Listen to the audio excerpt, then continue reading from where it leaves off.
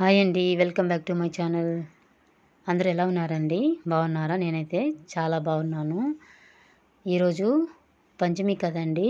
అంటే వారాహి అమ్మకు ఎంతో ప్రీతికరమైన రోజు. అందుకనేసి నేను ఉదయాన్నే లేచి పనులన్నీ పూర్తి చేసుకొని పిల్లల్ని స్కూల్కి పంపించేసి వాళ్ళకి క్యారేజ్ బ్యాగులు రెడీ చేసేసి 8:30కి అంతా ఇంట్లో పనంతా అయిపోయిందండి. ఇల్లు శుభ్రం చేసుకుని నిన్నటి నుంచి నేను ఇదే పనిలో ఉన్నానండి. చేసుకునేసి అమ్మవారికి పూజ అయితే చేసుకున్నాను. ఈరోజు పంచమి కదా. పంచమి అంటే 5 సంఖ్య వస్తుంది కాబట్టి నేను అమ్మవారి ముందు 5 దీపాలు వెలిగించానండి. అలాగే అమ్మవారికి నైవేద్యంగా ఒక బెల్లం ముక్క, మామిడి పండు ఇవైతే నైవేద్యంగా సమర్పించాను. అలాగే ఒక కొబ్బరికాయ కొట్టుకున్నానండి. అలా కొబ్బరికాయ కొట్టుకొని హారతి ఇచ్చేసి అమ్మవారికి అమ్మవారి దగ్గర అమ్మవారి ద్వాదశ నామాలు, అమ్మవారి అష్టోత్తర శతనామావళి, అలాగే అమ్మవారి సహస్రనామ స్తోత్రం అయితే చదువుకున్నాను.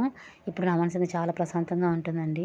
నేను ఇలాగే నవరాత్రులు 3 ఇయర్స్ నుంచి అయితే చేస్తున్నాను.